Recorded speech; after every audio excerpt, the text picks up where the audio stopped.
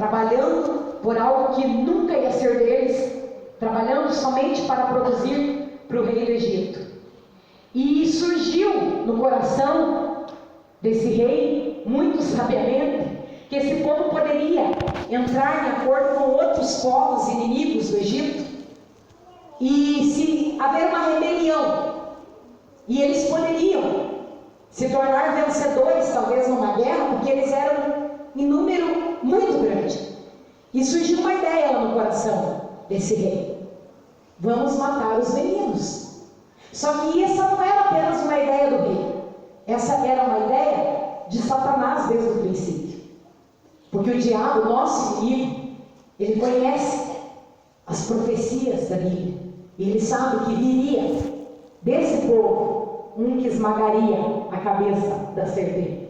Então, de tempo em tempo, o diabo, com seus projetos, tentava, porque ele nunca soube como que Deus faria, mas ele desconfiava, como ele faz até hoje conosco. Ele nunca sabe, porque ele não lê nosso pensamento. Ele não consegue descobrir 100% aquilo que Deus tem conosco. Mas ele vai observando os nossos gostos, né, os nossos dons, e ele vai vendo, não, aquela pessoa Deus vai querer usar nisso aqui. E é dessa forma que ele tenta nos destruir também, né, com os seus achismos.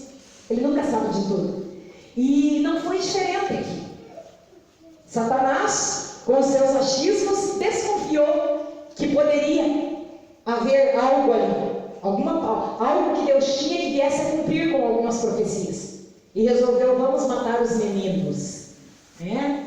E esse rei decretou que 2 parteiras das hebreias chamadas Sifra e Puá matassem todos os menininhos que nascessem. Todos os meninos eram para ser mortos na hora do parto. Na hora que nascesse era para elas matar. Mas essas mulheres temiam a Deus. Elas eram mulheres do povo de Israel também. Elas temiam, elas tinham temor por Deus. E elas falavam, nós não vamos fazer isso. Nós não vamos fazer isso. E quando elas foram chamadas para prestar contas diante de Faraó, o que elas disseram? As mulheres hebreias são muito espertas. As mulheres hebreias não são como as mulheres do Egito. Quando a gente chega lá para fazer o parto, as bonitas já ganharam os bebês. Mas era, como diz, historinha, né? Para boi dormir, como diz. Não era verdade. Elas tinham temor por Deus e elas não iam tocar naqueles meninos. E o faraó falou, então tá. O rei do Egito falou, então tá.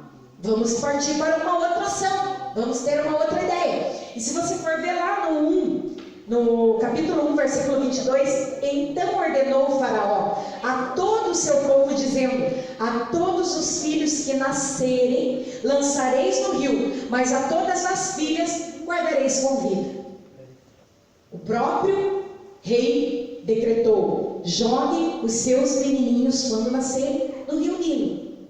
Vocês mesmos, os pais, a mãe, pariu o menino, joga no rio. E ordem do rei, queridos, era a ordem do rei. Ordem do faraó era a ordem do faraó. Não poderia ser desobedecido.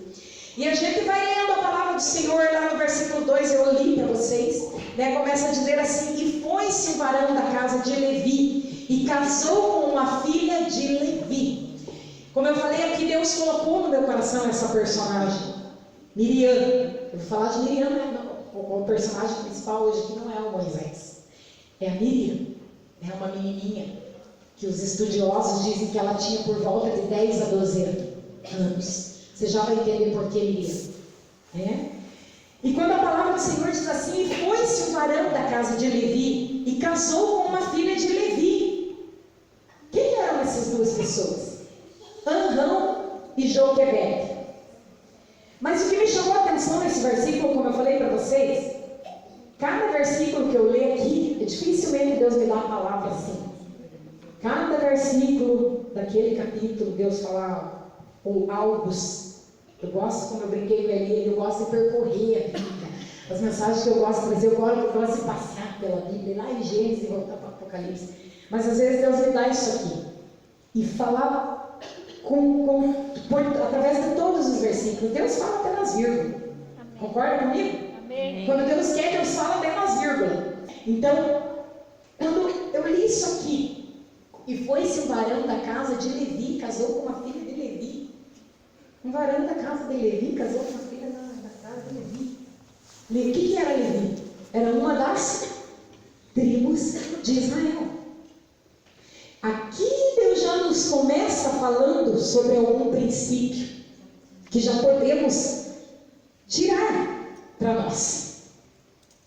Porque se eu for lá, queridos, para o 2 Coríntios 6, capítulo 14 e 15, se você gosta de anotar aí, que eu sei que eu anoto tudo, né? Eu estou anotando tudo quando eu estou ouvindo pregação. Se você quiser abrir ou anotar, fique à vontade. Lá em 2 Coríntios 6, 14 diz assim: não vos prendais a um jugo desigual com os infiéis, porque que sociedade tem a justiça com a injustiça, e que comunhão tem a luz com as trevas, e que concórdia há entre Cristo e Belial, ou que parte tem o fiel com o infiel? Queridos, coloque isso na tua cabecinha essa noite para nunca mais esquecer. Quando Deus tem algo extraordinário para fazer, Deus tinha algo extraordinário para fazer. Deus tinha um propósito, um grande propósito. Sabe de quem nós estamos falando aqui? Moisésinho. Quem foi Moisés? Ele só foi usado para libertar o povo de Israel do Egito. Ele só foi usado para trazer para o povo de Israel e para nós até hoje os 10 mandamentos. Ele só foi usado para trazer toda a legislação de Israel. O que mais que Moisés foi usado? Ele só foi usado para escrever Gênesis, Êxodo, Levítico, Números e Deuteronômio. Só! Aqui eu falei, eu pincelei o que Moisés fez. Foi usado para abrir o Mar Vermelho, gente. Daí nós não saímos daqui, né? Quanta coisa Deus fez através dessa pessoinha. Grandes propósitos, coisas extraordinárias. E quando eu li aqui, e foi-se um varão da casa de Levi, e casou com a filha de Levi. Sabe o que o Espírito Santo falou para mim? Assim, diga para ele, Senhor, que quando eu tenho algo excepcional, algo extraordinário para fazer, eles não podem fazer do jeito deles. Casa de Levi, um varão da casa de Levi, casou com Joquebede, filha de Levi, da mesma tribo, falavam a mesma língua, as mesmas línguas, tinham o mesmo Deus, tinham as mesmas crenças, os mesmos rituais. E muitos, queridos, dos jovens que estão dentro da igreja hoje, olham para a sua volta e dizem: aqui não tem nada para mim, eu tenho que buscar lá fora. Eu tenho que buscar lá fora. Vocês estão entendendo o que eu estou falando? Jugo desigual. Então, queridos, o Espírito Santo de Deus quer dizer para você essa noite que tem muitas vezes dado vazão para algumas coisas que o inimigo tem colocado no teu caminho, porque não é Deus que coloca, querido. Queridinho e queridinha, não é Deus que coloca. Simara, mas ele é muito bonito.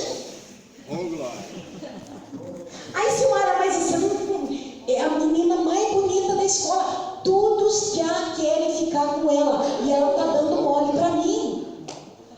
Só pode ser de Deus, Emily. Só pode ser de Deus. Eu nem sou tão bonito assim. Jugo desigual. Queridos, nós acabamos de ler aqui. E que comunhão, olha aqui, por que sociedade tem a justiça com a injustiça? Que comunhão tem a luz com as trevas? E que concórdia há entre Cristo e Belial?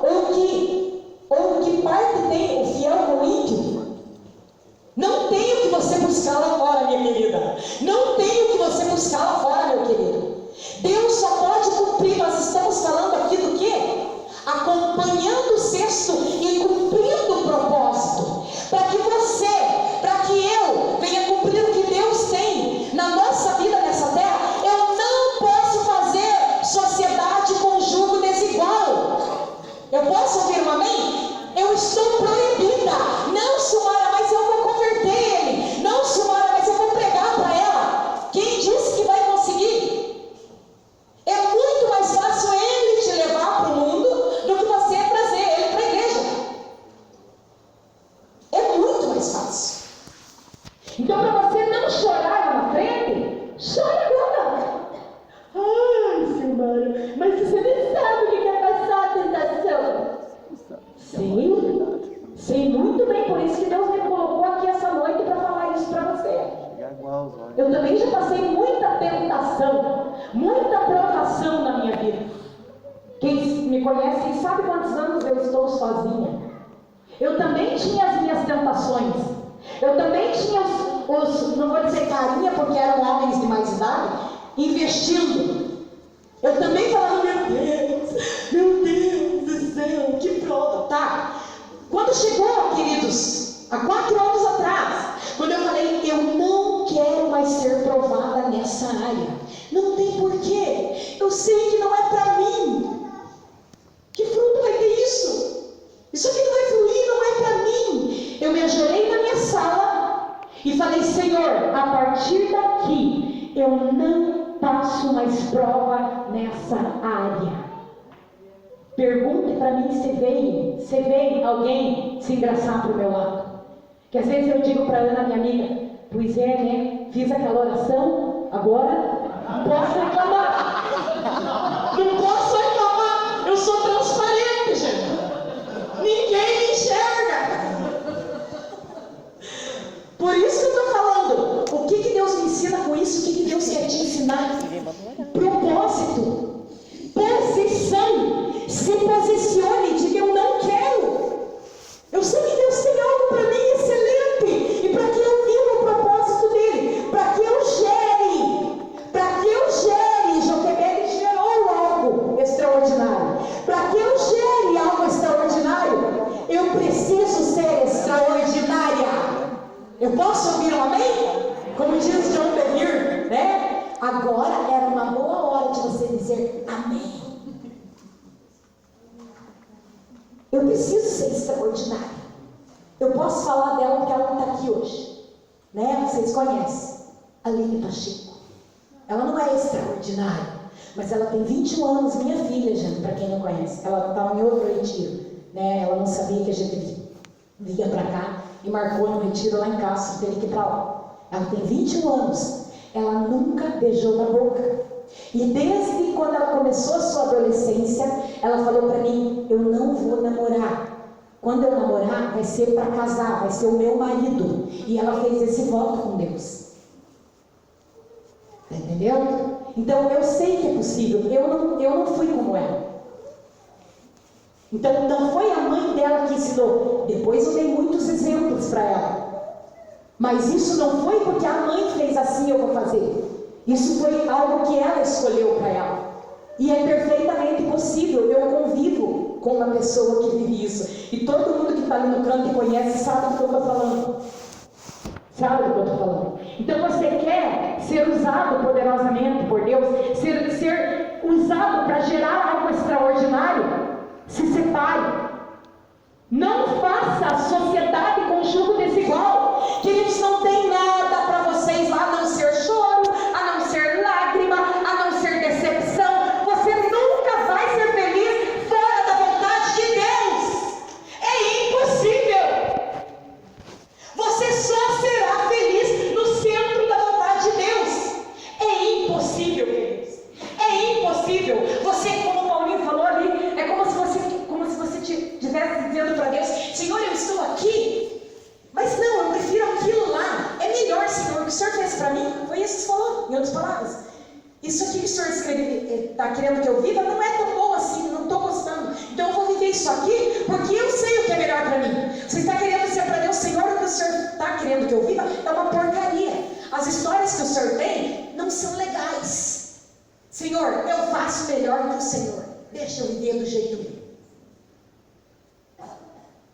Pode o vaso discutir com o oleiro? Não pode.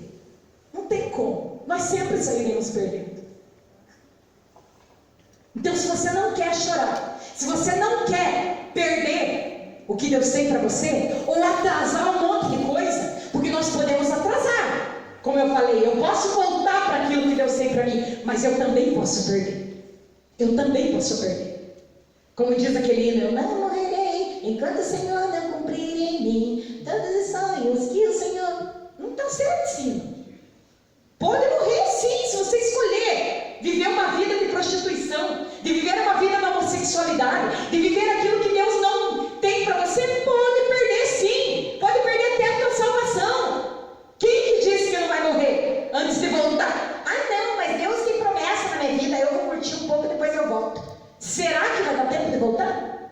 Será que vai dar tempo de voltar, queridos? É noite de pensarmos.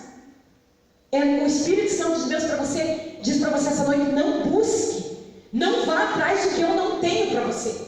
Eu tenho coisas grandes, eu tenho coisas extraordinárias. Espere, porque as coisas de Deus não caem de paraquedas na nossa cabeça. É necessário um tempo, um processo onde Ele nos ensina, onde Ele nos prepara para receber aquilo, porque muitas vezes nós não estamos preparados. Então Ele tem que moldar a nossa vida, Ele tem que nós temos que amadurecer para receber algumas coisas, queridos. Então espere o tempo de Deus, se conscientize disso. Não tem lugar melhor para eu estar do que na presença e na vontade de Deus. Não existe lugar. O versículo 2 diz assim: e a mulher concebeu e teve um filho, e vendo que ele era formoso, escondeu 3 meses. A Revista e Corrigida, que é a que eu estou lendo, diz: e ela viu que ele era formoso, por isso o escondeu. Se você for para a tradução a mensagem, ela viu que ele era especial. Ela viu que ele era especial, por isso o escondeu durante 3 meses.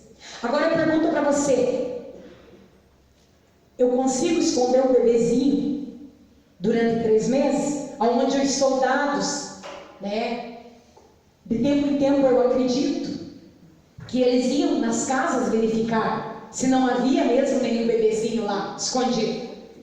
Ela conseguiu esconder esse bebê, por quê? Porque esse bebezinho era um bebezinho que talvez não era um bebezinho chorão, era um bebezinho quietinho, e por isso ela escondeu ele. Então, queridos, muitas vezes, talvez você se sinta em lugares, até mesmo dentro da igreja, ou lá na faculdade, na escola, onde parece que você é apenas mais um. Ninguém te enxerga, ninguém te vê. Você até sabe que você tem alguns talentos, que você poderia tocar algum instrumento, que você poderia desempenhar algo na obra de Deus, fazer alguma coisa, mas ninguém está te enxergando. Já passaram por isso? Ninguém me enxerga. Por quê? Você está escondido. Você está escondido por um tempo, para um propósito que Deus tem na tua vida. E quando eu disse que o bebezinho não chorou durante 3 meses, é o momento de você talvez ficar quietinho, de você ficar em silêncio, porque na verdade é o tempo que você não pode aparecer. Vocês já vão entender por que eu estou falando isso. É o momento de você não aparecer. A realidade é essa. Deus precisa que você fique escondidinho, porque Deus vai ter um tempo, um processo na tua vida. Você vai ter que andar por alguns caminhos, passar por alguns níveis para chegar aonde Deus quer que você chegue. E é por isso que muitas vezes ninguém te enxerga, ninguém te acha, ninguém te vê, ninguém te chama, ninguém, parece que você não tem valor, parece que todo mundo que está à tua volta tem um certo valor, mas você não consegue atuar em nada. Você sabe o potencial que você tem, mas ninguém te enxerga, porque é tempo de você estar escondido. Se eu pedir para você levantar a mão, eu tenho certeza que a maioria já passou por isso aqui. Se sentiu desprezado, se sentiu menosprezado. Ninguém te enxerga, mas é Deus que não está permitindo, porque é tempo de você ficar escondido, como Moisés ficou. É tempo de ficar escondido, queridos. Então não reclame do tempo de Deus, não murmure porque que as coisas não aconteceram. Como um bebezinho não chorou, fique quietinho, porque é tempo de você ficar quietinho. É tempo de Deus trabalhar na tua vida, é tempo de Deus te moldar, te trazer maturidade, te trazer crescimento, para que você possa cumprir o propósito de Deus. Moisés cresceu, queridos, mas houve um crescimento na vida de Moisés. Moisés. Houve processos na vida de Moisés. Houve fases na vida de Moisés. E nós precisamos nos conscientizar que haverá fases nas nossas vidas. E se estamos escondidos, se ninguém está nos enxergando, é porque é tempo de ficar quietinho, escondido e esperar o tempo de Deus nas nossas vidas, coisa que não é fácil, mas que é muito necessário, porque senão você vai estragar com uma promessa. Nós temos todo o poder na nossa mão de estragar com uma promessa. Se a gente quiser pegar atalhos ou adiantar o processo, eu posso fazer isso se eu quiser, mas eu me quebro lá na frente. Eu posso até perder aquilo que Deus tinha para mim. No verso 3 diz assim: não podendo, porém, mais escondê-lo, tomou uma arca de junco e a betumou com betume, e pondo nela o menino, a pôs nos juncos à borda do rio. Agora eu pergunto para você: você já prestou atenção nesse texto aqui? Quando a palavra de Deus diz assim que ela não podia mais esconder. Por que ela não podia mais esconder? Porque o menino estava crescendo. Porque o menino talvez começou a chorar mais alto. Ela sabia que a qualquer momento aqueles soldados poderiam entrar ali e levar o menino para afogar no rio Nilo.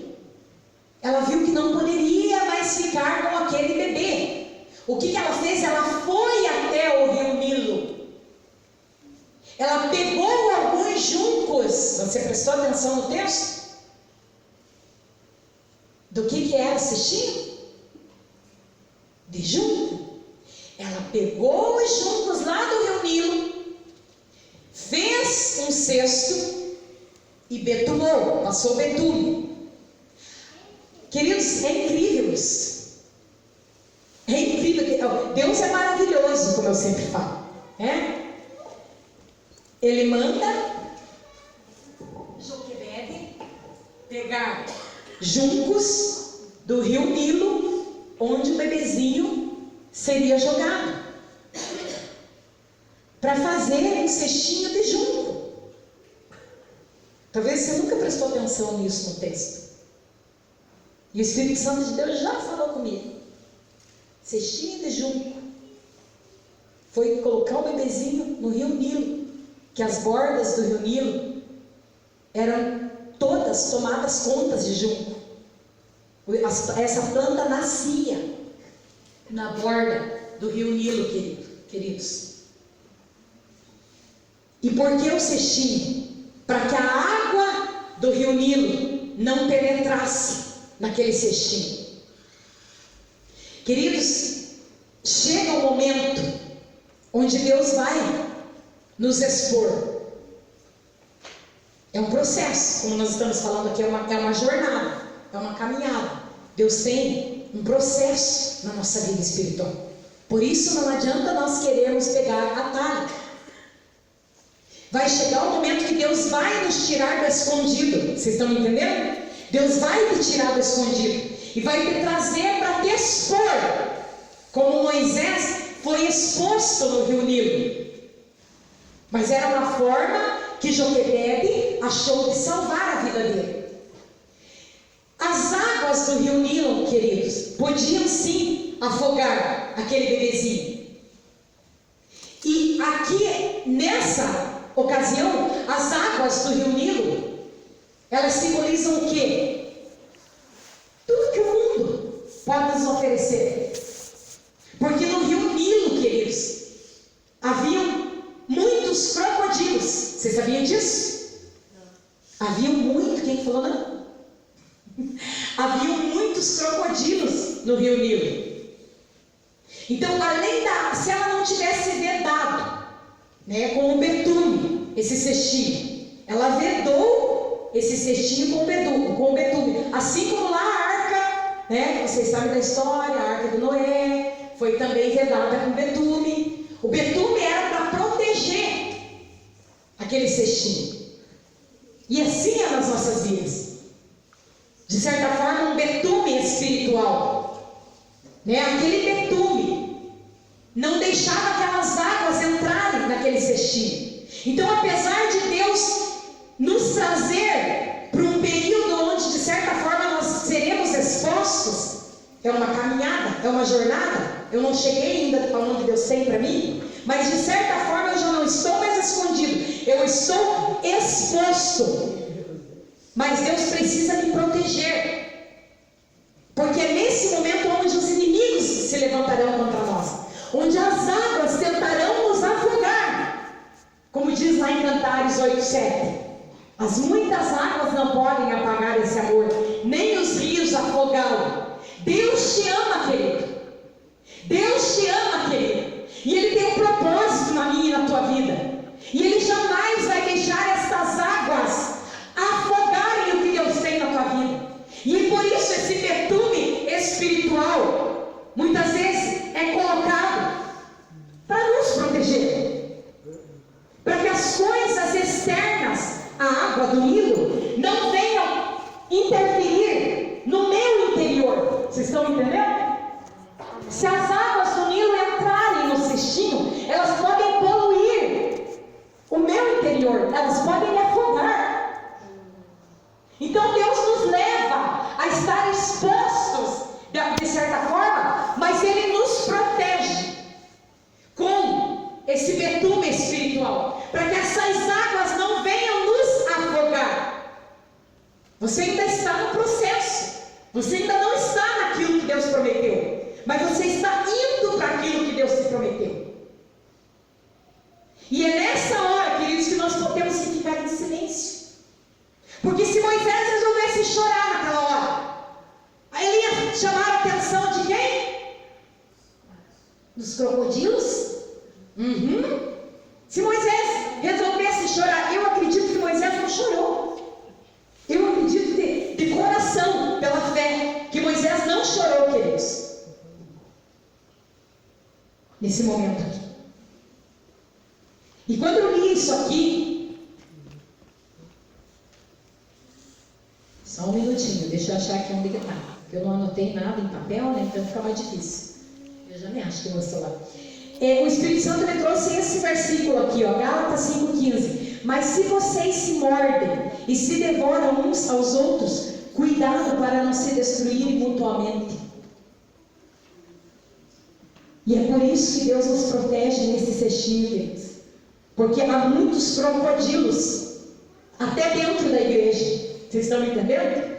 Que quando vem você indo para o processo daquilo que Deus tem na tua vida, você está numa jornada, você está caminhando, você começa a crescer, você começa a desenvolver, você começa a andar, você começa a fazer aquela viagem onde você está indo para onde Deus tem, aparece um monte de inimigo. As águas que querem te afogar, afogar o teu ministério, afogar aquilo que Deus tem na tua vida.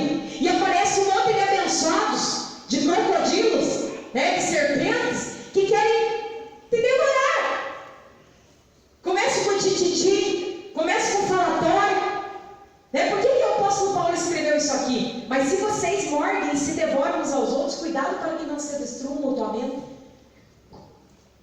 Nós precisamos, queridos, estar protegidos dentro desse cestinho, desse betume espiritual, né? Desse cestinho feito de junco.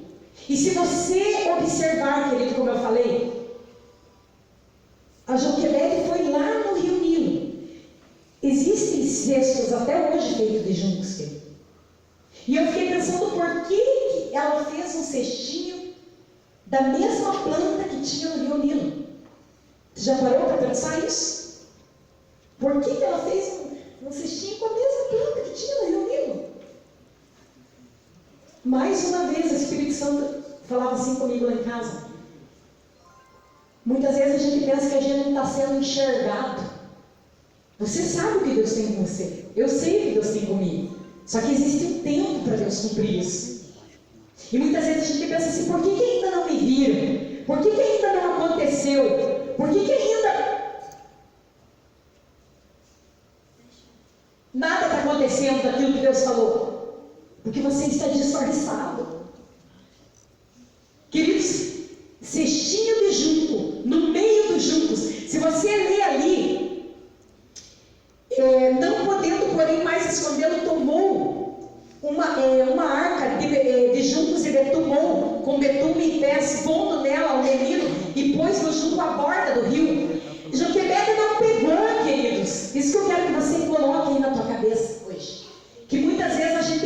na história de uma forma diferente. Que ela colocou no rio, e a correnteza levou até o palácio onde a filha do faraó morava. Para começo de história, os estudiosos, os teólogos, dizem que esse local que o povo de Israel ficava, onde eles moravam, uma terra chamada Gósen, dava 100 quilômetros de onde o palácio do faraó ficava. Só para começar. E para frente eu vou provar para vocês que era uma descida. Palácio do faraó e Gósen, descida. Então, o cestinho não podia subir. Eu já vi pregadores falando que aconteceu um milagre e o cestinho subiu. Não aconteceu um milagre e o cestinho não subiu. Porque daí eu estou forçando o texto a me dizer algo. Porque o texto diz assim: e ela pôs nos juncos à borda do rio. E a mensagem diz assim: o cesto ficou flutuando por entre os juncos à margem do Nilo. Pode ser, queridos, que o cestinho até se movimentou enroscando num junco ou no outro. Mas ele não viajou 100 quilômetros. Até porque Miriam, uma menininha de 10, 12 anos, não iria acompanhar 100 quilômetros esse cestinho até o palácio do faraó. Ela apenas colocou lá. E o cestinho ficou lá. No meio dos juncos, o cestinho de junco disfarçado, para que nenhum soldado talvez visse aquele cestinho lá, para que nenhum inimigo visse e para que também nenhum jacaré visse, nenhum crocodilo visse. Então, muitas vezes, queridos, nós estaremos em locais que Deus vai nos pôr. Deus te colocou lá. Deus me colocou lá. Você sabe do teu potencial. Você sabe das promessas de Deus para a tua vida. Você sabe para onde Deus está te levando. Você sabe pelo Espírito o que Deus tem com você, para onde Ele vai te levar, o que Ele quer que você cumpra na face dessa terra, o propósito que Ele tem na tua vida. Mas Ele te colocará no meio de algumas pessoas, em alguns locais que é necessário que você passe por aqueles locais, conviva com aquelas pessoas, para que você passe de nível, para que você vá, ande. É um processo, você precisa passar por ali para chegar onde Deus tem. Mas você precisa passar por ali disfarçado. Porque se naquele momento Deus te usar como Ele quer te usar, os crocodilos vão querer comer você, vão querer te morder, como eu acabei de ler aqui. Você viu o que ela fez? Por que daquilo? Porque aquela unção que Deus te deu, Deus não quer usar você com aquela unção naquele lugar. Porque se você colocar todo aquele potencial que você tem naquele lugar, vão te matar.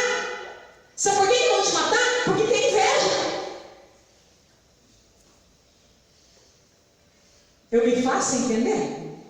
Amém. Vocês estão entendendo o que o Espírito Santo de Deus está querendo dizer para você? É por isso que muitas vezes você fica meio que frustrado. Você fala: eu sei que eu posso fazer isso, eu sei que eu sei fazer aquilo, eu sei que eu tenho potencial para muito mais, e estou aqui fazendo lá no vocal, porque você está disfarçado, queridos. Não é tempo de você desempenhar todo esse potencial que está dentro de você. Você está disfarçado, cestinho de junco, no meio dos juncos. É Deus que não quer que te enxergue. Será que você pode compreender isso? É Deus que não quer que você seja visto. Não é tempo de você ser visto. Vai chegar o tempo de Deus te mostrar para a filha de Faraó. Vai chegar o tempo, não te preocupe. Não te preocupe, Deus tem a pessoa certa. Deus tem o lugar certo. Deus tem um lugarzinho para você. Não queira pegar atalhos, queridos. Não queira aparecer antes do tempo. Se você quiser aparecer antes do tempo aqui, queridos, nós podemos ver que Moisés ficou quietinho. Como eu falei aqui, não era tempo de falar. Você não tem voz. Você não tem voz. Só quando você está num lugar que você fala assim, ninguém me ouve. Ninguém me ouve, eu não tenho voz nesse lugar. O que eu estou fazendo aqui? Eu sou um zero à esquerda. Filho do Zé Mané? Sobrinho do João Ninguém, neto do coisa nenhuma. Acho que é isso que o Silas Malafaia fala, né? Ninguém te ouve, você não tem voz, você não é convidado para nada. Todo mundo foi lembrar de você. Faz uma reunião lá. Todo mundo dá opinião, mas a tua não vale nada. Você não tem voz, mas não é para ter voz mesmo. Não é tempo de você abrir tua boca. Estão me entendendo? Não é tempo. Vai chegar o teu tempo. Fica quietinho, porque se você abrir a tua boca, vão te morder. Cuidado! Não deixe essas águas do rio Nilo entrarem no cestinho e te afogarem. Fica quietinho lá. Fica quietinho lá, queridos. O amor de Deus sobre a tua vida não vai deixar, como eu li em Cantares, essas águas afogarem aquilo que Ele tem para você. Fica quietinho, você está protegido dentro do cestinho. Amém? Amém. Lá no versículo, vamos para frente. Então vocês me entenderam por que a cestinha foi feita de junco? Vocês entenderam? Isso nós podemos trazer até para o lado. Aí que os jovens se preocupam tanto, né? Quem que vai ser meu marido? Quem que vai ser minha esposa? Ninguém me enxerga, ninguém me vê. Todo mundo está namorando, menos eu. Ninguém me vê. Você está disfarçado? Você está disfarçada, Dara. Está no cestinho de junco, no meio do junco, ninguém vai ver mesmo. Não é hora disso, Dara. Não é hora. Não é que você não é bonito, você é linda. Olha os olhos verdes dela. O problema é que Deus não deixa ninguém me enxergar. É isso, queridos. Ninguém está te enxergando, todo mundo está namorando, menos eu. Né? É que não é tempo, queridos. Quando for a pessoa certa, você já vai entender aqui um pouquinho para frente. Deus vai fazer com que a pessoa te enxergue. Não é você que vai atrás. Deus vai fazer com que a pessoa enxergue você. Fica no propósito. Fica quietinho dentro do cestinho. Não precisa você abrir a boca para todo mundo. Ah, porque não sei o quê. Ah, porque a pastora não me viu. Ah, porque a presidente dos jovens nunca deu oportunidade para mim. Ah, porque eu gosto daquele piano lá, mas ele não olha para mim. Fique falando. Fique desabafando com todo mundo. Fique abrindo o teu coração para todo mundo. Você vai quebrar a cara. Você vai se machucar. Você vai se magoar. Porque nem todo mundo está preparado para te ouvir. Amém? Nem todo mundo está preparado para te ouvir. Não pense que todo mundo é amiguinho. Ah, mas ele é crente, ela é crente. E daí? Às vezes os nossos maiores inimigos estão dentro do nosso lado, queridos. Às vezes as pessoas que mais têm inveja de você estão do teu lado. Verdade. Pare de abrir a boca para todo mundo. Pare de achar que todo mundo quer ver o teu bem. Pare de achar que todo mundo quer que você chegue na tua promessa. Talvez as pessoas até desejem o teu bem, mas jamais veem você melhor do que elas. E aí que mora o problema. Bem longe deles. Você abre teu coração, você desabafa achando que a pessoa está ali. Nossa, meu amigo, minha amiga. E é um crocodilo. E é um crocodilo quem vai levar lá, né? Quem vai ficar te mastigando lá para outra. Verdade. Te mordendo. Mordendo uns aos outros. Estilando o veneno. Olha, fala, Jeová. Fala mais. Não é verdade? Então não confie em todo mundo, queridos. Eu não estou dizendo que você não pode confiar em ninguém. Não coloque palavras na minha boca. Eu tenho pessoas que eu sei que eu posso confiar. Mas eu já tirei muito a minha cara. Mas muito, queridos. De achar que eu tinha amiguinhos que queriam ver a minha felicidade. Aquela convite, né? Deus falou isso,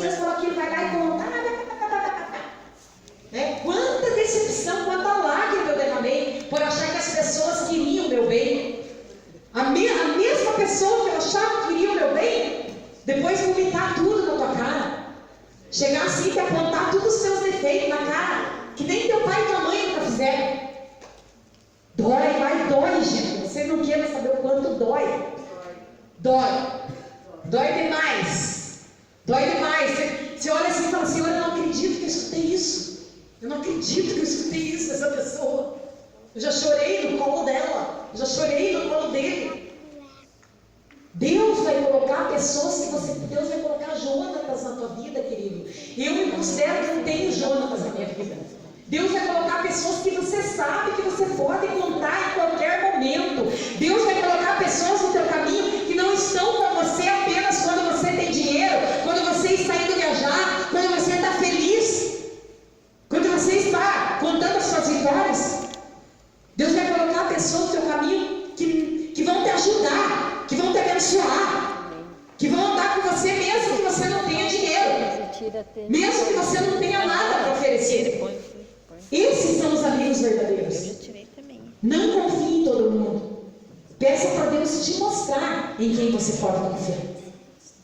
Nem todo mundo que está do teu lado, nem todo mundo que carrega uma Bíblia e vai para a igreja é confiável.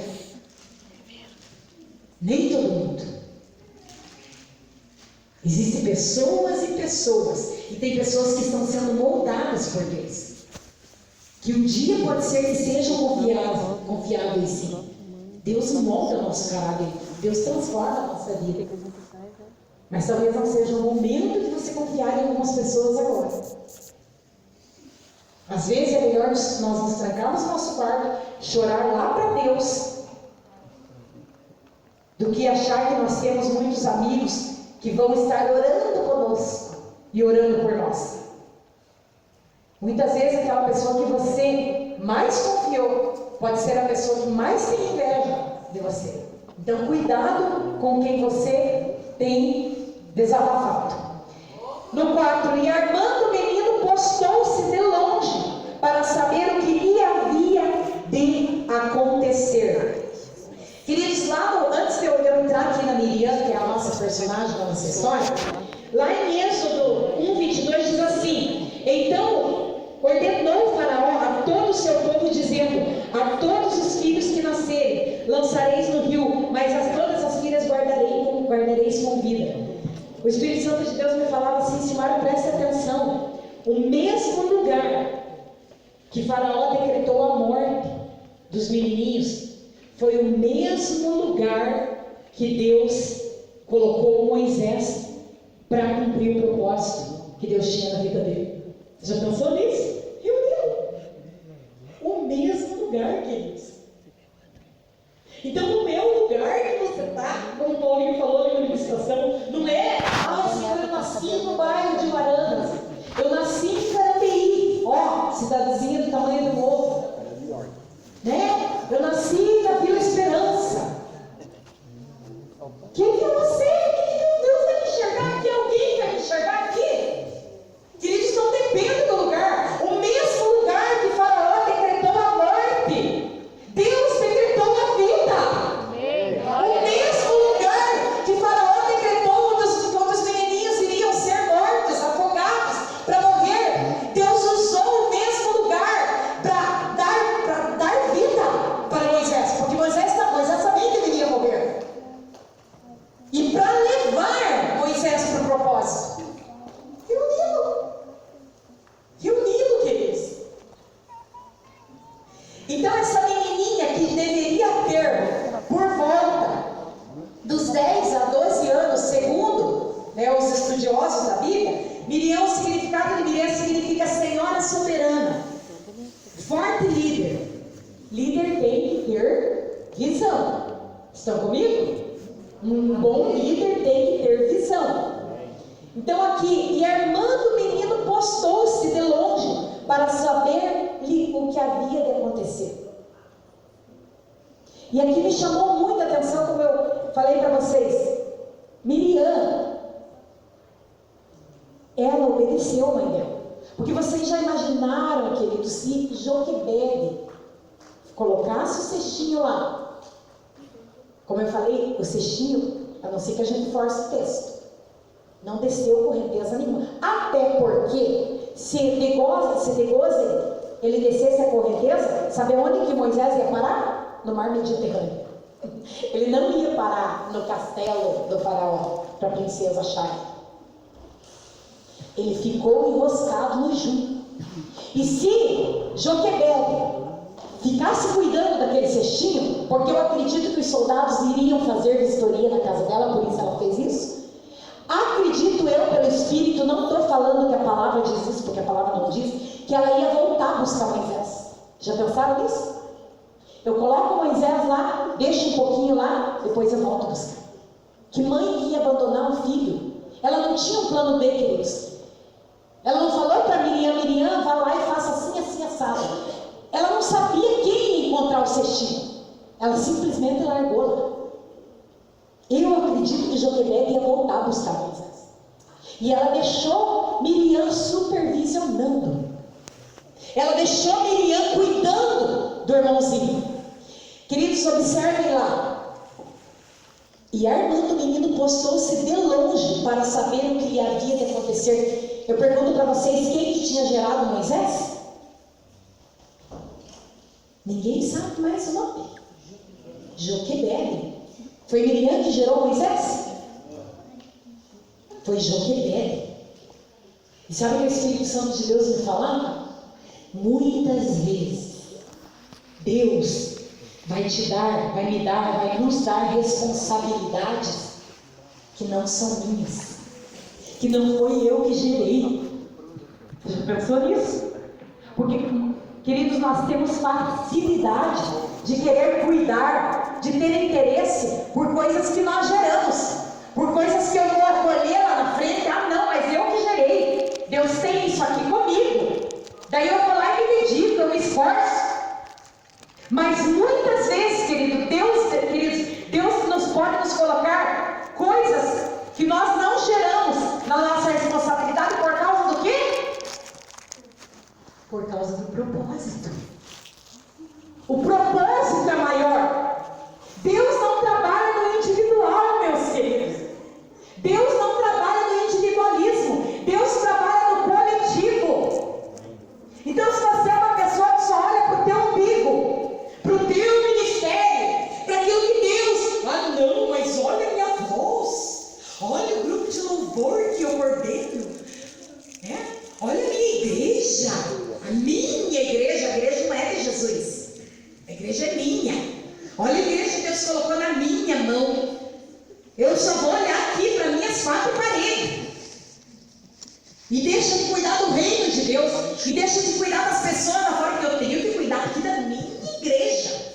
Então, muitas vezes, queridos, Deus vai colocar na tua responsabilidade coisa que você não gerou por causa do propósito. O que é maior? O propósito. O reino de Deus. Miriam podia pensar assim: eu tenho mais o que fazer. Eu tenho lá os meus deveres de casa para fazer. Eu tenho que brincar com as minhas amigas. Eu tenho coisas minhas para fazer. Eu não tenho mais tempo de ficar lá no Nilo cuidando do cestinho para você. Miriam obedeceu a sua mãe, queridos. Miriam foi obediente ao chamado dela naquele momento, porque Deus tinha um propósito. Então, queridos, muitas vezes Deus vai colocar na tua responsabilidade, até para te testar, até para te trazer amadurecimento, até para ver se você é uma pessoa confiável. Porque quem não está preparado para cuidar do que é do outro, também nunca vai ter o que é seu. Já pensou nisso? Muitas vezes Deus vai colocar você para limpar o chão do outro, para te dar coisas grandes na tua mão. Então, se você não está preparado, se você não valoriza o que é do outro, se você não quer colaborar com o que é do outro, porque você acha que você não vai ter fruto nenhum daquilo ali, Deus nunca vai confiar coisas que vão ser realmente suas nas tuas mãos. Já pensou? Então, quando Deus colocar você para limpar chão lá numa igreja que você sabe que você não tem nada a ver com aquilo ali, vá lá e obedeça. Porque Deus tem tempo para cumprir as promessas de Deus na tua vida. Amém. Quando Deus colocar você em lugares que você olha assim, o que eu estou fazendo aqui? Eu não tenho nada a ver com isso. Por que aquela outra pessoa não está aqui? O que eu estou fazendo aqui? Se Deus te colocou lá, queridos, obedeça. O propósito de Deus é maior. Não olhe para o teu umbigo. Não olhe para o teu eu, para o teu ministério, para as tuas coisas, para o teu chamado. Faça, desempenhe aquilo que Deus está colocando nas tuas mãos. Vai chegar o momento que Ele vai confiar coisas que vão ser realmente suas. É um teste. Se você não está preparado, queridos, muitas vezes para admirar, para aplaudir a vitória do outro, você nunca vai estar num lugar onde você vai ser aplaudido. Não me leve a mal, não é no sentido de aplaudir homens, mas Deus coloca algumas pessoas em lugares de destaque por causa do propósito, porque não tem nada a ver comigo e com você. Eu quero que você entenda isso. Não tem nada, tudo que Deus te dá, tudo que Deus coloca dentro de você, não tem nada a ver com você. Tem a ver com o reino, tem a ver com o propósito. Deus vai colocar algumas pessoas em lugar de destaque. Deus vai expor algumas pessoas, sim. Mas não é por causa de mim, não é por causa de você, é por causa do propósito. E se você não está disposto a aplaudir o próximo, você nunca vai ser aplaudido. Se você não consegue abrir os teus olhos e enxergar as grandes coisas que Deus está fazendo na vida do teu irmão, Deus nunca vai fazer na tua. Se você não consegue se alegrar com as vitórias do teu irmão, você nunca vai ser uma pessoa vitoriosa.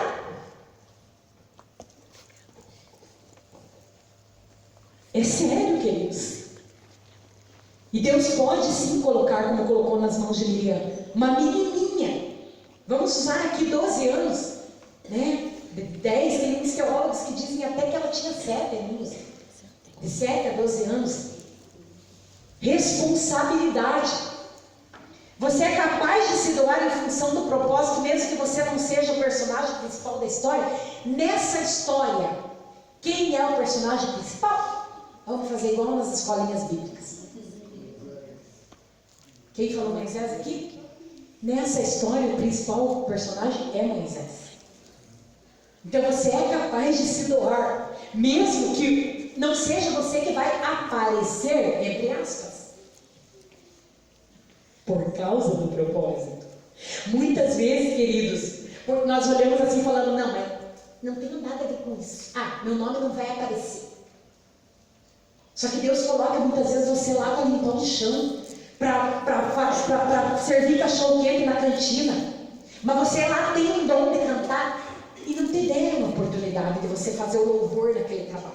E você diz assim, o que eu estou fazendo aqui? Meu negócio é tocar, meu negócio é cantar, meu chamado é pregar. Eu lá vou servir cachorro-quente em cantina? Eu lá vou limpar banheiro de igreja? Se eu sei do potencial que eu tenho? Deus te colocou lá para te testar, meu querido. Se você não passar no teste, se você não valorizar o que Deus deu na mão do teu irmão, você não vai chegar a lugar nenhum. Você não vai chegar a ser um legislador. Você não vai chegar a abrir o Mar Vermelho. Você não vai chegar a escrever livros.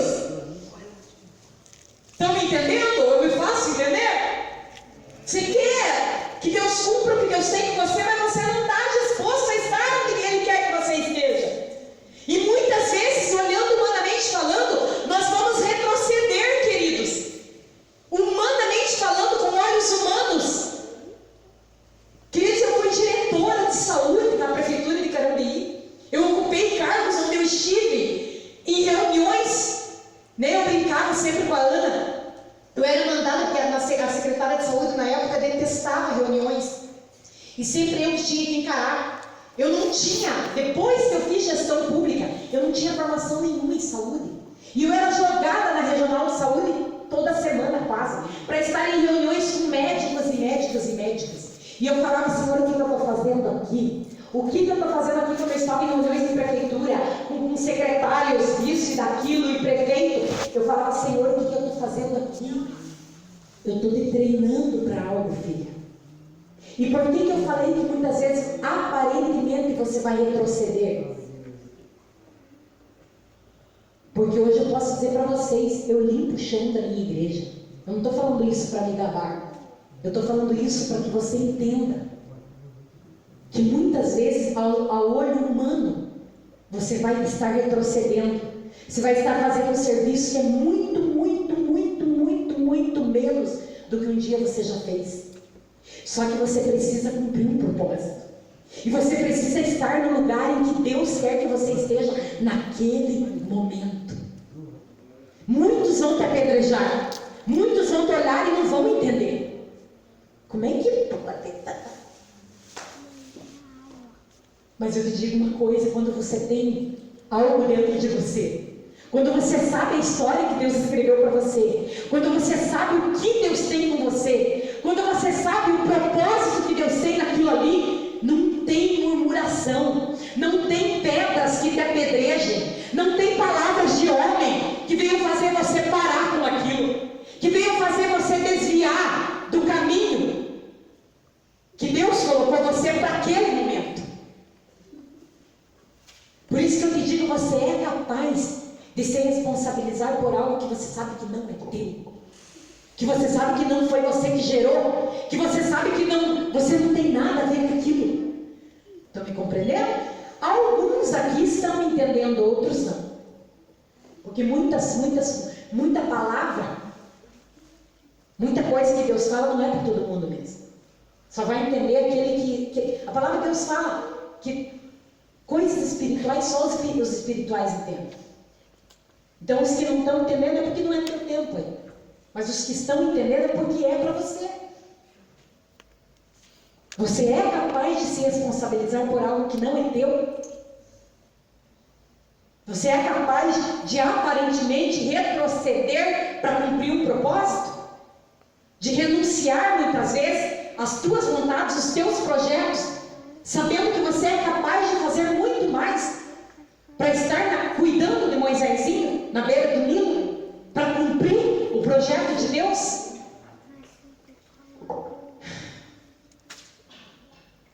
E principalmente, como eu falei, o nome da mensagem, acompanhando o cesto e cumprindo o propósito. Até quando, meus queridos?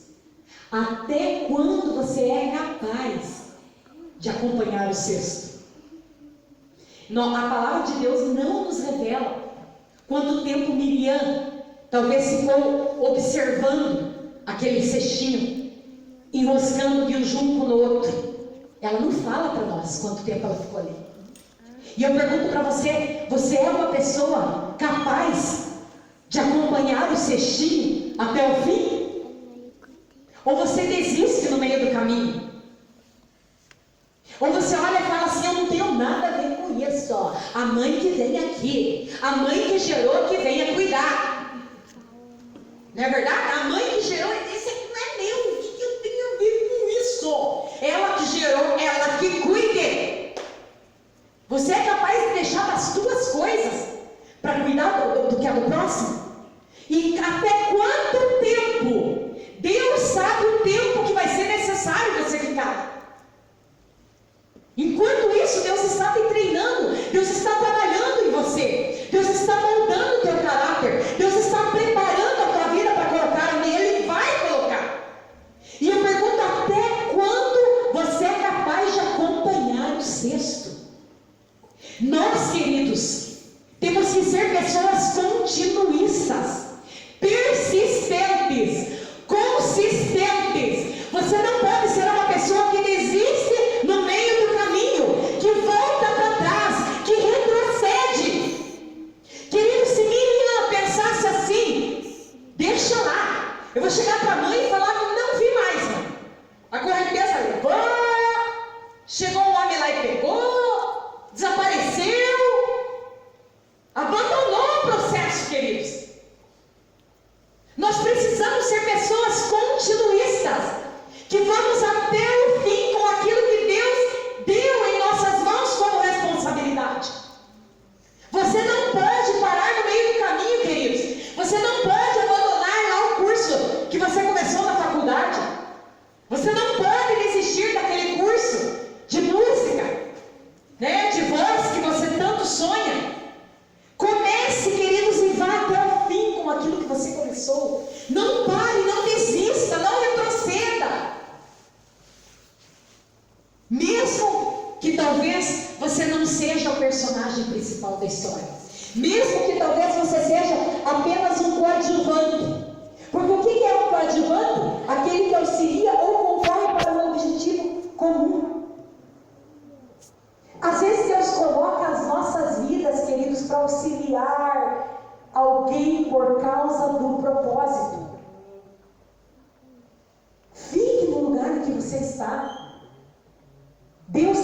propósito nisso, meus queridos. Deus vai usar a tua vida para auxiliar, né? Talvez você seja realmente apenas um coadjuvante, como a Miriam foi. Uma pessoa que vai participar do processo. Um colaborador. Talvez não seja o teu nome, como Miriam teve a história dela contada. Mas ela não foi um personagem tão, digamos assim, ele foi a pessoa que Deus escolheu. Mas ela teve a história dela. Então não deixe de fazer aquilo que Deus colocou na tua mão, porque você não é o personagem principal da história. Porque o teu nome talvez não vá aparecer, porque você é apenas um coadjuvante, apenas um participante. Se Deus quer usar a tua vida apenas para auxiliar alguém, vá lá e auxilie. Se Deus quer usar a tua vida apenas para proteger alguém, vá lá e proteja. Como eu falei, não há melhor lugar, queridos, para estar, senão na presença de Deus. E Deus fala muito comigo, queridos, quando eu estou dormindo. É, Simara? É. Mas não vão dormir aí, porque Deus não vai falar com vocês agora. Tá bom? Mas Ele fala comigo, Ele fala em sonhos, Ele me dá a palavra em sonhos, Ele me dá a palavra quando eu estou correndo, caminhando. E com esses dias eu comecei a cochilar, Deus falou assim para mim: submissão, serviço e entrega. E eu sabia que era de Miriam que Ele estava falando. Então o que Deus quer de você nesse dia? Que você seja uma pessoa submissa, assim como ela foi submissa à sua mãe. Ela obedeceu a mãezinha dela. No momento em que a mãe pediu, ela foi e obedeceu. O que é uma pessoa submissa? O que é estar em submissão? É estar sob uma missão. Então Deus vai colocar a tua vida, queridos, debaixo de uma missão. Deus vai colocar as nossas vidas debaixo de uma missão. Serviço, estar disposto a servir mesmo que isso te custe algo. Miriam teve que renunciar a algumas coisas nesse momento da vida dela. E depois também. Então, sempre, queridos, quando Deus te der um serviço para desempenhar, vai te custar. Vai custar o teu tempo. Você vai ter que sacrificar algumas coisas que você não queria sacrificar naquele tempo, para cumprir o propósito de Deus. Então sirva, aonde Deus te colocava, lá e sirva. E entregar algo que é precioso para você. Queridos, você acha que aquela criança não era um irmãozinho, um bebezinho, era precioso para Miriam, era precioso para Joquebede. E ela teve que entregar, ela teve que deixar naquele rio. Então muitas vezes nós vamos ter sim que entregar coisas que são preciosas para nós. Queridos, para que nós venhamos cumprir o propósito de Deus nas nossas vidas, vai existir muitas renúncias na nossa caminhada. Se você é uma pessoa que não gosta de abrir mão, de renunciar, você não vai chegar onde Deus quer. Porque o reino de Deus é feito de renúncias. Você vai ter que renunciar relacionamentos, você vai ter que renunciar pessoas, você vai ter que renunciar ambientes, você vai ter que renunciar lugares que você gostava de ir. Paixões. Quando eu digo paixões, não é só namoradinha, não. Coisas que você gosta de fazer. Às vezes ir numa pizzaria, numa sexta-feira com os amigos. Curtição, entretenimentos. Você vai ter que renunciar ao teu celular, meu querido, minha querida. Se você quer cumprir um propósito, o celular, você entra ali para ver uma mensagem, daqui a pouco já vai para o Instagram, já vai para o Facebook. Ele está roubando o teu tempo. O que o Paulinho falou? Que o que há de mais precioso é o nosso tempo na nossa vida. Porque tempo é vida. Coloque isso na tua cabeça: tempo é vida. Se você está matando tempo no Facebook, se você está matando tempo no Instagram, se você está matando tempo no WhatsApp, você está matando a tua vida.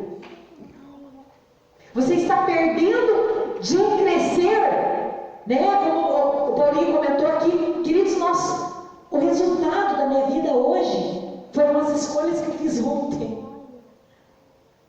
Então, para chegar onde Deus quer que eu chegue, eu vou ter que renunciar muita coisa hoje. para chegar no resultado que Deus colocou no meu coração, nas promessas que Ele tem para mim, eu terei que anunciar muita coisa hoje. Você não tem mais tempo a perder. Ah, senhora, mas você tem 40 e poucos anos. Eu ainda tenho 16. Eu ainda tenho 20. Pois eu tenho uma notícia para te dar. Você também vai ter 40 anos um dia. O tempo passa. E o tempo passa muito rápido. Então não pense que você é jovem e tem todo o tempo da tua vida para gastar. Ah, não, deixa que amanhã eu faço. Pare de procrastinar. Se eu não vou pedir porque eu não vou envergonhar ninguém, mas se eu pedisse para você que vive procrastinando, jogando tudo para amanhã, ah não, amanhã eu faço, ah não, amanhã eu resolvo, ah não, amanhã eu vou ler mais a palavra, ah não, amanhã eu começo a ler esse livro, amanhã eu vou começar a orar, eu quero ser uma pessoa de oração, mas amanhã eu começo, e esse amanhã nunca chega. Se observa que esse amanhã nunca chega na tua vida, nas nossas vidas. Você já pensou nisso? Esse amanhã nunca chega, porque você tem procrastinado as coisas que são importantes e roubado o tempo que é de Deus na tua vida. Não pense que você vai conseguir o resultado que você deseja se você não começar a fazer hoje. Então é necessário o quê?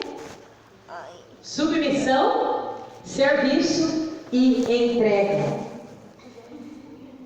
Queridos, lá no versículo 5 diz assim, vamos indo para o final, vamos ver que horas são. E a filha de Faraó desceu a lavar-se no rio, e as suas donzelas passeavam pela borda do rio, e ela viu a arca no meio dos juncos, e enviou sua criada e a tomou. Então, como eu falei aqui, não precisa você querer se aparecer. Olha aqui como eu sei cantar. Olha aqui como eu prego bem. Olha aqui como eu sei tocar a guitarra. Queridos, você estará disfarçado. Você lembra? Você vai estar disfarçado. Cestinha de junco no meio dos juncos. Então não precisa você querer se aparecer antes da hora. A Miriam, quando enxergou a filha do Faraó, ela poderia muito bem, queridos, ter ficado desesperada, porque era a filha do cara que mandou matar os meninos. Pensou nisso? E quando aquela princesa olhou para aquele junco, não foi o Moisés, que isso, que é isso? Né? Ela não enxergou nenhuma das servas. Olha lá, princesa. Olha lá, o que é aquilo? Ela está enxergando? Olha lá, princesa. Olha lá, parece que tem um cestinho de junco no meio dos juncos. Não! A palavra de Deus está clara. Queridos, eu uso muitas traduções quando eu estou estudando a palavra, mas eu gosto muito da Revista Corrigida, que é uma das mais fiéis. Eu trago muito a mensagem, eu leio a mensagem para fazer leitura corrida, e às vezes eu uso ela também. Mas essa aqui é uma das mais fiéis, e ela diz assim: e a filha de Faraó desceu. Então aqui eu provo para você que o cestinho não subiu a correnteza 100 quilômetros para chegar no castelo. A filha de Faraó desceu até as proximidades de Gósen. Ela desceu. Por que, Silmar, que ela desceu? Ela tinha tantas outras piscinas maravilhosas lá no palácio para curtir. Por que ela desceu lá? Os teólogos, os estudiosos falam que talvez ela desceu lá para fazer uma adoração a algum dos deuses pagãos, que eles tinham muitos deuses. Talvez para fazer alguma oferenda, né? Talvez para tomar um banho lá de argila, talvez, que eles usavam muito isso naquelas regiões e usam até hoje. Né? Ela desceu para um motivo. Tá? Daí você pode dizer, que coincidência! Com Deus não existe coincidência. Como diz o irmão Lício lá na igreja, com Deus existe cristocidência. Deus tem o momento certo, a hora certa, o local certo e a pessoa certa para te abençoar.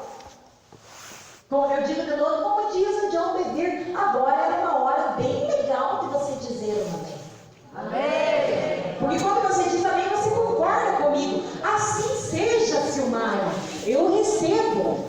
Deus tem a hora certa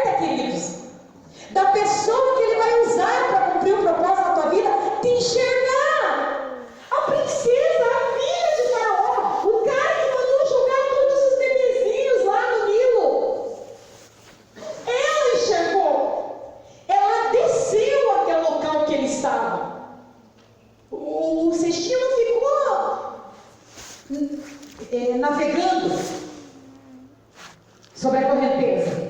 Ela desceu. Queridos, não precisa você querer se aparecer lá no vocal, querer gritar mais que as outras.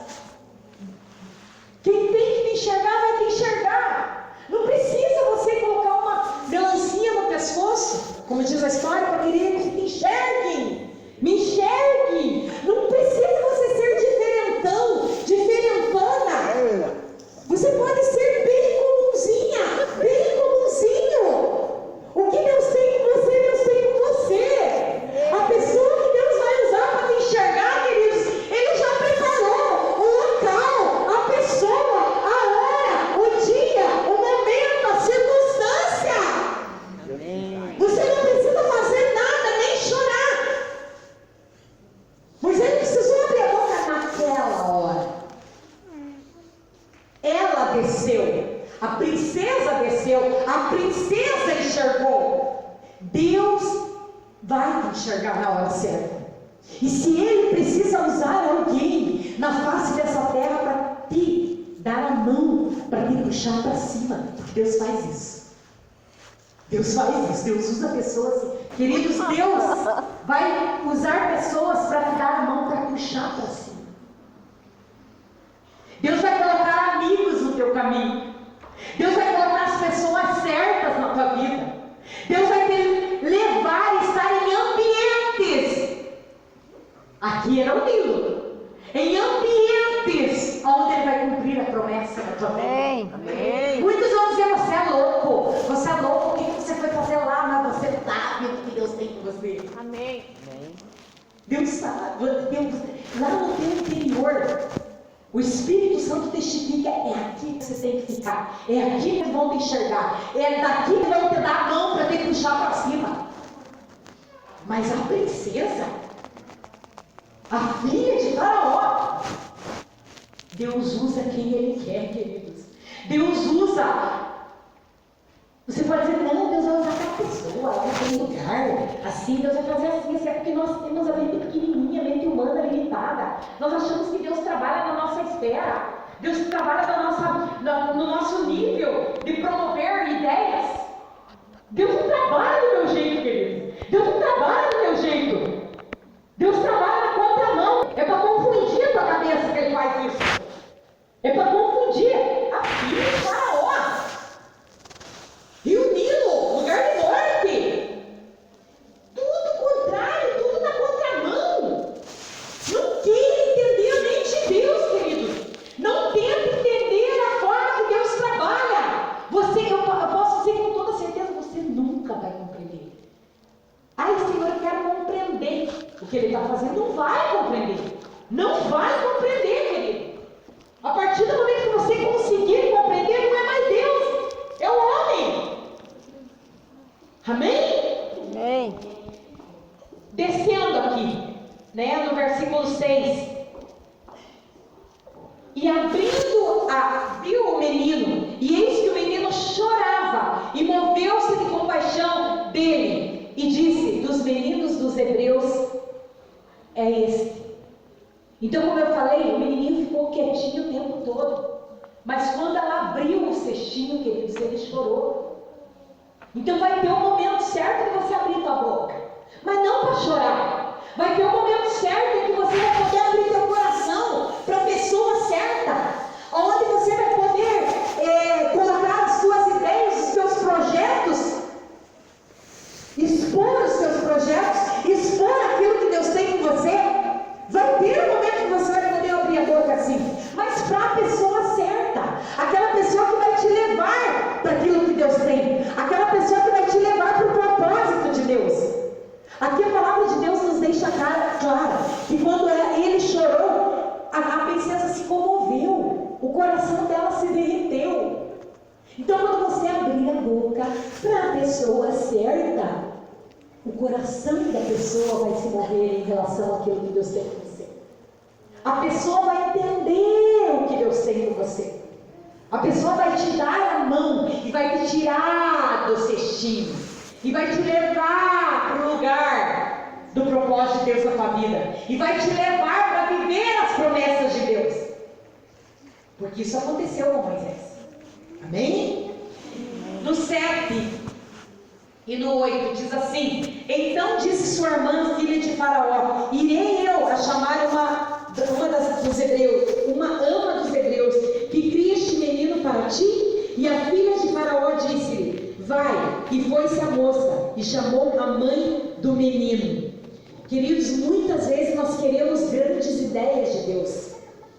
A mãe de Miriam, Joquebede, não deu ideia nenhuma para ela. Até porque Joquebede não tinha plano nenhum. Ela falou assim: Miriam, você vai lá. Porventura, Joquebede sabia que a princesa ia tomar banho no rio naquela hora, naquele momento, naquele dia? Não sabia, queridos. Então Joquebede não tinha um plano. Miriam não tinha um plano. Mas quando essa menina enxergou, como eu falei, né, o significado do nome dela aqui, ela tinha visão de líder, desde pequenininha, porque Miriam foi uma líder depois. Né? Quem conhece a história sabe que ela liderou as mulheres, ela foi uma líder. Ela simplesmente, queridos, quando enxergou aquela princesa, ao invés dela se desesperar, porque aquela princesa era a filha do cara que mandou matar os bebezinhos, ela não podia entrar em pânico naquele momento. Ela podia, não podia? Estão comigo? Amém. Já estão quase dormindo. É difícil pegar quase 3 horas da manhã. Ela poderia ter ficado desesperada. Ao invés de ficar desesperada, o que ela fez? Teve uma ideia.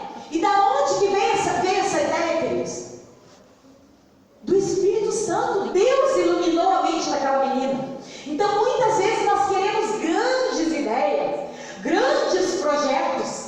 Nós queremos pregar maravilhosamente bem. Já não falou isso? Ouvindo uma mensagem, ouvindo uma pregação, você fala assim: Senhor, eu passei por esse texto zilhões de vezes e nunca enxerguei isso. Da onde vem essas ideias? Da onde veio a ideia de Miriam?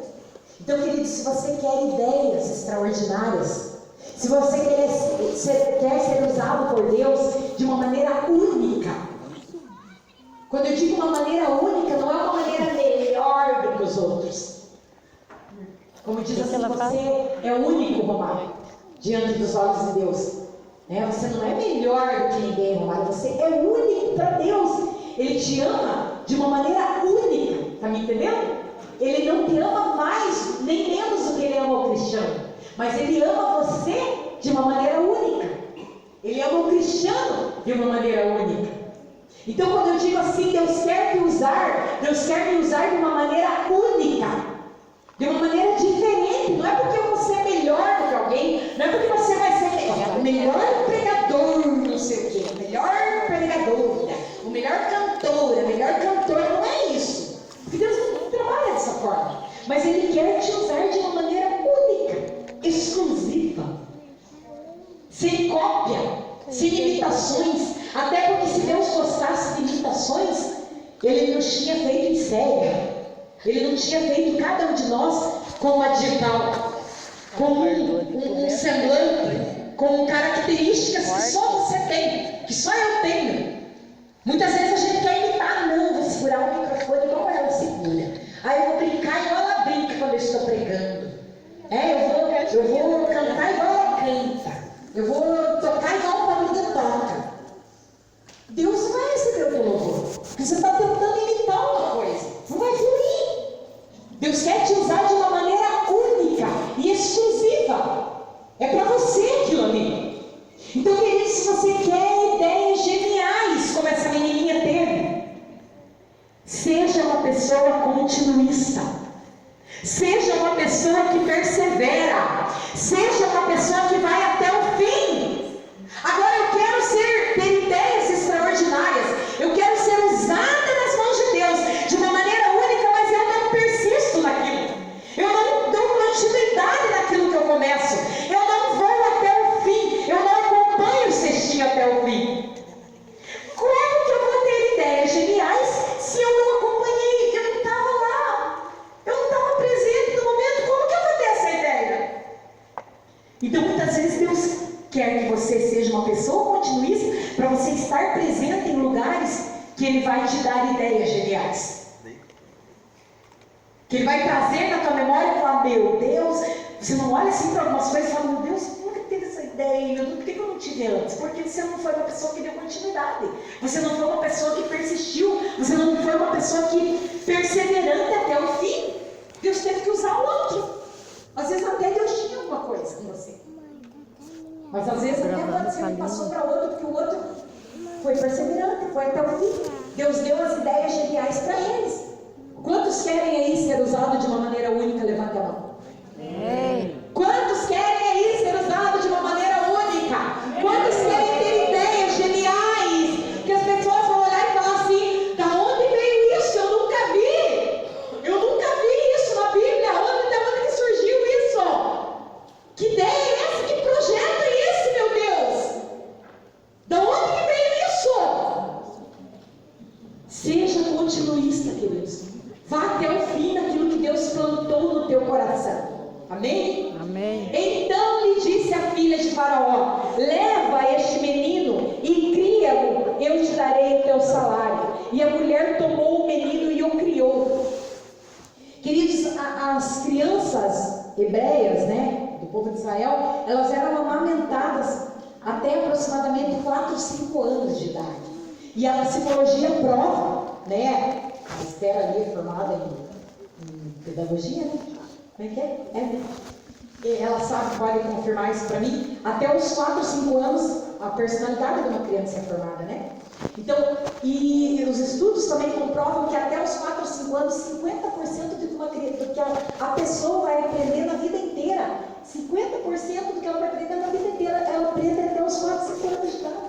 Já pensou nisso? Ela aprender? Porque as principais coisas: andar, comer, falar, se virar sozinho, né? Então, assim, queridos, Deus é tão perfeito, tão maravilhoso, né? Que a filha de Faraó falou que era para a menininha levar, que ela aceitava aquela proposta e ainda era pagar um salário. Então Moisés foi levado novamente para o meio do povo de Israel, entregue a sua própria mãe, para a mãezinha cuidar, ensinar tudo que aquele povo precisava saber sobre o Deus de Abraão, o Deus de Isaac, o Deus de Jacó, sobre o Deus de Israel, para que ele viesse ser firmado dentro da palavra de Deus, para que ele viesse realizar o propósito que Deus tinha na vida dele. São fases. A primeira fase de Moisés precisava passar por aquele aprendizado, para que ele se tornasse uma pessoa fortalecida na vida espiritual dele com Deus, no relacionamento dele com Deus. Depois viria uma outra fase. E uma coisa eu te digo, querido, você pode ser que você tenha medo. Ai, mas Deus me falou isso, mas da onde que vai vir o recurso? Da onde que vai vir o dinheiro? Como que Deus vai fazer? Olha aqui, além da própria mãe ter cuidado do seu filhinho, a princesa pagou para ela cuidar. Então não te preocupas com que dinheiro você vai dar conta do propósito que Deus tem na tua vida. Deus vai mandar todo o recurso. Quando Deus tem um propósito, querido, quando Deus chama você para algo, quando Deus tem um projeto na tua vida, o problema não é teu. O único problema teu, a única responsabilidade tua é obedecer. Os recursos Deus vai mandar para você cumprir o propósito dele na tua vida. Amém. Você não precisa se preocupar de onde que vem os recursos. Quem que vai ser usado? De onde que vai vir? Só obedeça. Só obedeça que os recursos virão para as suas mãos. Amém? Amém. E sendo o menino já grande, ela o trouxe. Estamos terminando, Paulinho. A filha de Faraó, a qual o adotou, e chamou o seu nome de Moisés, e disse: porque das águas eu o tirei. Amém? Amém. Queridos, lá em Atos 7, 21, 22 diz assim: e sendo enjeitado, tomou a filha de Faraó e o criou como seu filho. E Moisés foi instruído em toda a ciência dos egípcios e era poderoso em suas palavras e obras. Queridos, como eu falei aqui, Deus tem níveis, Deus tem fases nas nossas vidas. Até os 4, 5 aninhos ele foi criado lá para aprender sobre o povo de Israel, sobre o rei, sobre o Deus de Israel. Ele precisava dessa base. E quando ele foi morar com a princesa, o que nós lemos aqui? Ele foi instruído lá no Egito em toda a ciência, em toda a ciência dos egípcios, e era poderoso em suas palavras e obras. Deus vai mandar todo o recurso, queridos. Muitas vezes você pensa assim: mas eu não tenho dinheiro para pagar essa faculdade de teologia, ou essa faculdade secular mesmo. Eu não tenho dinheiro para ir para outro estado, nesse seminário. Eu não tenho dinheiro para fazer um curso de canto, um curso de instrumentos musicais. Queridos, Deus vai preparar isso para você. Deus vai preparar territórios, ambientes, pessoas, momentos, para te capacitar. Moisés precisava ser capacitado para enfrentar os 40 anos que ele ia comandar o povo de Israel. Ele precisava ter conhecimentos em muitas áreas, e Deus trouxe toda a preparação para ele, para cumprir o propósito da vida dele, que era libertar primeiramente o povo de Israel do Egito. Lá em João 4,37 diz assim: porque nisso é verdadeiro ditado, um é o que semeia e outro é o que ceifa. Como nós podemos ver na vida, um exemplo de Miriam, tudo que ela fez, queridos, ela não foi a personagem principal da história. E aqui o Espírito Santo de Deus quer trazer para você nesse momento. Nós estamos indo no final, eu vou terminar, eu vou entregar para o Paulinho. Que você não pode, queridos, pensar: ah, mas o meu nome não vai aparecer, ah, mas eu estou fazendo para o outro. É reino de Deus. Como diz aqui em João, um semeia e o outro ceifa. Muitas coisas que você está semeando hoje, sinto te dizer, mas talvez você nem viva para ver colher. Como eu posso, lá na igreja, quem estuda lá nas quartas-feiras, sabe que eu amo a história da igreja. Eu amo, gente? Eu amo dar aula de história da igreja. Eu sou apaixonada por história, gente. E quando eu estava lendo isso aqui, o Espírito Santo trouxe para mim João 4. Um são os que semeiam e o outro ceifam. Eu lembrei da história de Wycliffe. Quantos conhecem aqui? Já ouviram falar em Wycliffe? Ninguém? Cristiano, sim? Então ele não é um pai da igreja, o Paulinho também. Os pais da igreja, queridos, são considerados até o ano 600. Então, para baixo do ano 600, são considerados os pais da igreja. Passou do ano 600, não é mais nenhum dos nomes que aparecem são considerados pais da igreja, mas podem ser considerados heróis da fé. E Deus trouxe no meu coração esse jovem, o Wycliffe, um jovenzinho que nasceu em 1330. Vou passar aqui, pincelar, só para você entender por que eu quero dizer isso aqui. É muito importante eu fechar com essa história. E nasceu lá na cidade de Yorkshire, na Inglaterra, 1330. E ele não era uma pessoa que nasceu num lar pobre. Ele era um filho de latifundiários, pessoas ricas, com posses. E por isso, naquela época não era todo mundo que tinha estudos. Só quem tinha din-din que conseguia ter estudos, estudar, levar os estudos para frente. E com 16 anos, esse jovem foi para a faculdade de Oxford, lá na Inglaterra. E ele começou a se destacar grandemente lá no meio dos estudiosos. E ele começou a se destacar tanto que passou a ser um sacerdote da Igreja Católica. Nessa época, todos nós sabemos que quem comandava tudo, o Estado e a Igreja, era a Igreja Católica. A Igreja Católica comandava tudo, dava ordem até para os reis. E o Wycliffe começou a se destacar, queridos, se destacar grandemente dentro da universidade. Só que nessa época houve a tal da peste negra. E a peste negra matou praticamente metade dos ingleses. Praticamente metade do povo morreu. E isso trouxe uma certa depressão para Wycliffe. E ao invés de ele se deprimir como os colegas da faculdade, e ficar sem chão, sem saber o que fazer, desesperado, ele começou a ler a palavra de Deus, a Bíblia. que não era costume dos sacerdotes da Igreja Católica ler a Bíblia. Para começo de história, a Bíblia só era escrita em latim. Do grego, do hebraico, o Velho Testamento, do grego, o Novo Testamento. Para quem sabe da história aí, Jerônimo, no ano de 450, traduziu a Bíblia com 72 estudiosos, né? Traduziram a Bíblia para o latim. Isso lá no ano de 450. Então a Bíblia só era encontrada na língua no latim. Então pouquíssimas pessoas com muito estudo tinham contato com a palavra de Deus. E nem os sacerdotes da Igreja Católica tinham contato com a palavra de Deus. Por quê? Porque eles não queriam conhecer a palavra de Deus. O governo da Igreja Católica era comandado por misticismo, por paganismo. Todos sabem que estudaram história lá na escola, que era vendido indulgências. A salvação, você morar no céu, você comprava a salvação. Você comprava, você pagava para receber perdão, ser absolvido dos seus pecados. Você pagava para isso. Quando as pessoas, os pais eram muito pobres, queridos, se morria um bebezinho sem ser sido batizado, a Igreja Católica dizia que esse bebezinho podia ter virado um inseto, um ambulante, que ficava vagando na terra. Pensa o desespero desses pais.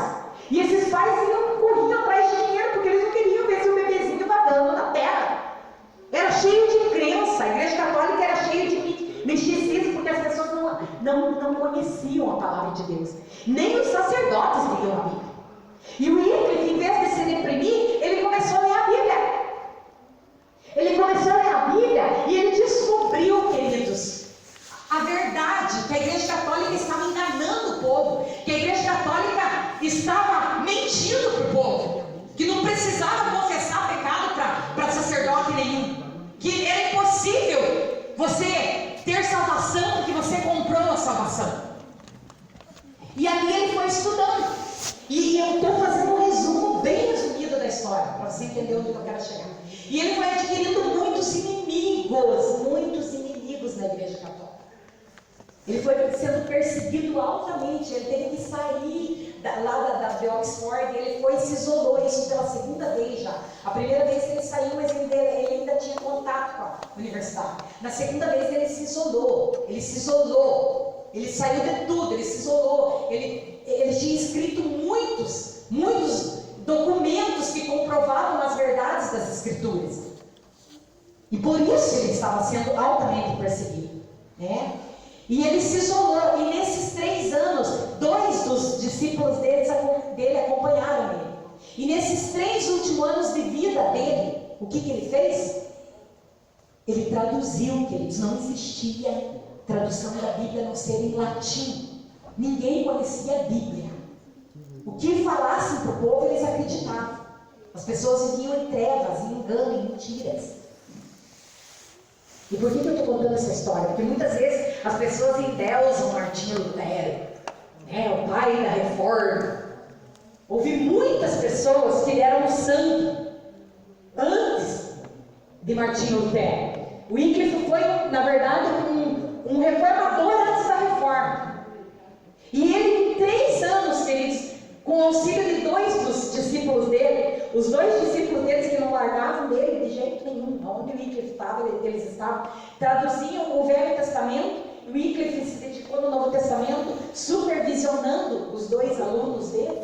Em 3 anos, ele traduziu a Bíblia inteirinha, e fez alguns panfletos. Ele tinha muitos escritos, todos foram queimados depois da morte dele. Ele teve 2 infartos, o último foi quando ele estava ministrando um culto uma missa, no caso, no final de ano. Então ele morreu pregando o Evangelho, esse homem, esse grande homem, esse herói da fé. E por que eu estou contando isso para vocês? Ele morreu em 1384. As primeiras impressões da Bíblia, como que eu digo assim, o primeiro lugar que foram imprimidos livros e Bíblias aconteceu em 1450. 1450, 100 e poucos anos depois, 1384. 1450. Ai, faça as contas. Quantos anos depois? 1490. Difícil. Quantos anos depois? Então Wycliffe morreu e não viu o resultado do trabalho dele. Wycliffe morreu, queridos, e não viu o resultado do trabalho dele. Só que se não fosse Wycliffe, com todo o empenho dele que influenciou John Hus, né, lá na Boêmia, depois de John Hus que vem Martinho Lutero. Então teve muita gente que pagou o preço, que foram os reformadores antes da reforma. Então Martinho Lutero não foi o cara que trabalhou sozinho para colocar as 95 teses lá na porta. Vocês estão me entendendo? Teve muita gente que deu sangue antes dele. Muita gente. E o Wycliffe foi um deles. E ele não viu o resultado do trabalho dele. Só que o que eu quero dizer para você essa noite? Que se não fosse o Wycliffe, queridos, ter se dedicado esses 3 últimos anos da vida dele, fechado, num lugar de isolamento total, se dedicando à tradução da Bíblia, do latim para o inglês, para colocar a Bíblia na mão dos ingleses, porque ele dizia que todo mundo tem que ter um exemplar da Bíblia.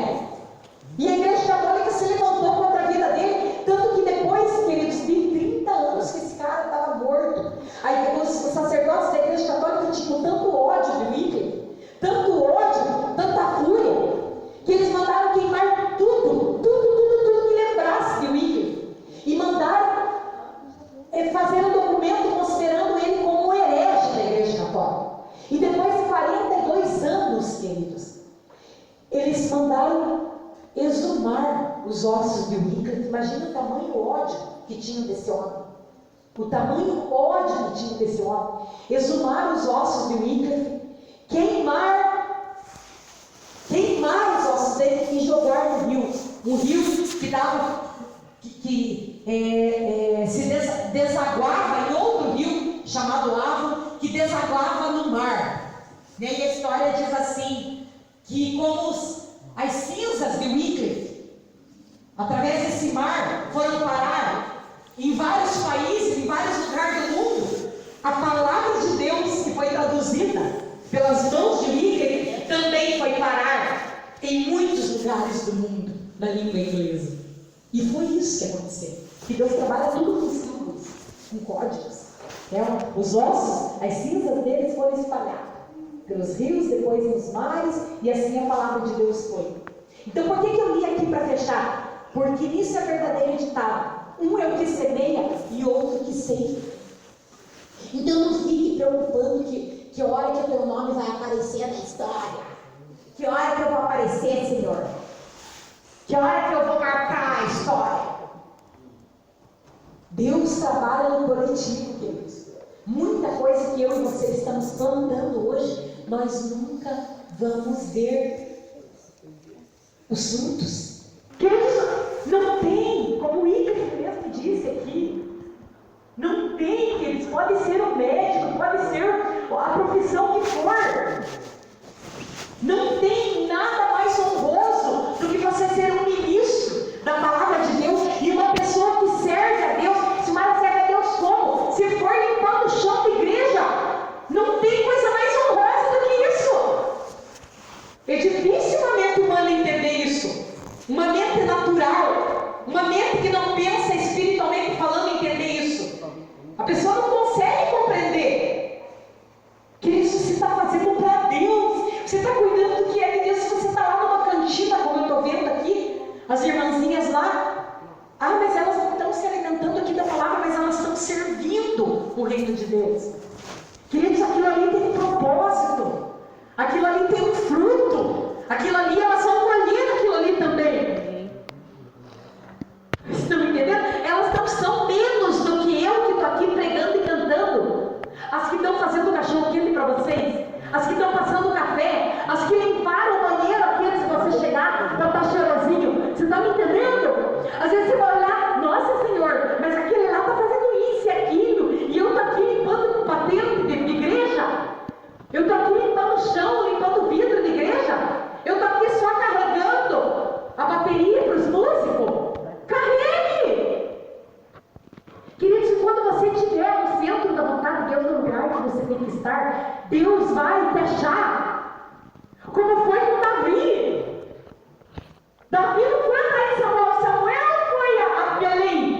Davi? Elias foi até Eliseu. Não foi Eliseu que foi atrás de Elias. Faraó foi sim atrás de José lá na prisão, para José se tornar depois o segundo governador do Egito. Pedro e João foram até a porta formosa, lá onde o coxo estava. Não foi o coxo que foi atrás de Pedro e João para proceder uma oração, para ser curado. João e Pedro e João foram até a porta formosa e o coxo foi curado. Jesus foi até o poço em que a mulher samaritana estava.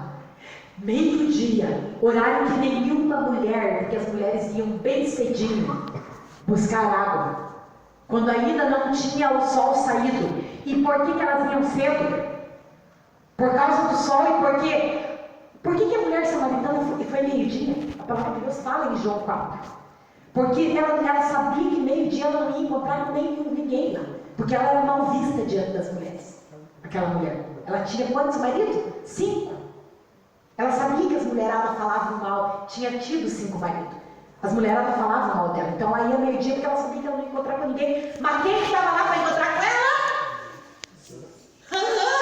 Jesus foi atrás da mulher samaritana, que se tornou uma pregadora da palavra de Deus, que converteu quase que uma cidade por inteiro. Não é você que corre atrás, é Deus que manda o que é preciso para que o propósito de Deus venha se cumprir na tua vida. Descanse, meu querido. Descanse, minha querida. Faça como Miriam. Obedeça, sirva e entregue, se preciso for. Silmara, entregue o quê? Os teus sentimentos, as tuas paixões, as tuas escolhas, os teus desejos, os teus achismos. Entregue essa noite, queridos, essa madrugada diante de Deus, tudo aquilo que está impedindo com que você cumpra o teu propósito, o propósito que Deus tem na tua vida. Amém? Amém. Paulinho, não sei o que fazemos agora. Pode aplaudir o nome do Senhor?